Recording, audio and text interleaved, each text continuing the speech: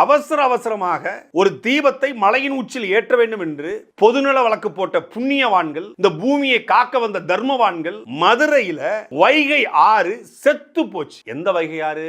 பல ஆயிரம் தலைமுறையாக தமிழர்கள் நீந்தி விளையாடி மீன்பிடித்து தமிழர்கள் உண்டு கழித்த வைகை ஆறு செத்து போய் வைகை ஆயத்துல கோரப்புல்லு 10 அடிக்கு முளைச்சிருச்சு. ஒரு ஆத்துக்குள்ள கோரப்புல்லு 10 அடி முளைச்சு போச்சுன்னு எந்த ராம ரவிக்குமாருக்கோ, எந்த இந்து முன்னணி, இந்து மக்கள் கட்சி, அனுமன் சேனா, இந்த பாஜக சோகால்டு சங்கிஸ் யாருக்குமே தெரியலையா? இந்த தீபம் ஏத்ததுனால ஒட்டுமொத்த தமிழ்நாடு முழுமைக்குடைய 10 கோடி தமிழருடைய வயிறு நிறைஞ்சிருமா? இந்த தீபத்தை இந்த விளக்கு தூள்ல ஏத்தியாச்சுங்க.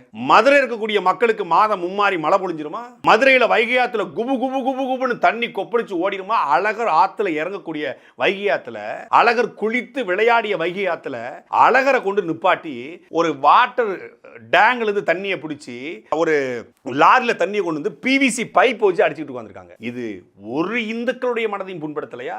வைகை ஆத்துல தண்ணீர் ஓடுவதற்கு ஒரு பொதுநல வழக்கை போட்டு அந்த பொதுநல வழக்கை 4 மணிக்கு கொண்டு வந்து 6 மணிக்கு விசாரித்து ஏதாவது ஒரு நீதிபதி தீர்ப்பளித்திருந்தால் ராயல் சல்யூட் போட்டிருக்கலாம். இந்து மக்கள் கட்சி, இந்து முன்னணி, இந்து அதுமன் சேனா இவங்க தாண்டா அந்த மண்ணை காக்க வந்த மனித நேயர்கள், இவங்க தாண்டா இந்து ஜனாதனத்தை காக்க வந்தவர்கள் கொண்டாடி இருக்கலாம். அதற்கு யாரும் வழக்கு போடலையே.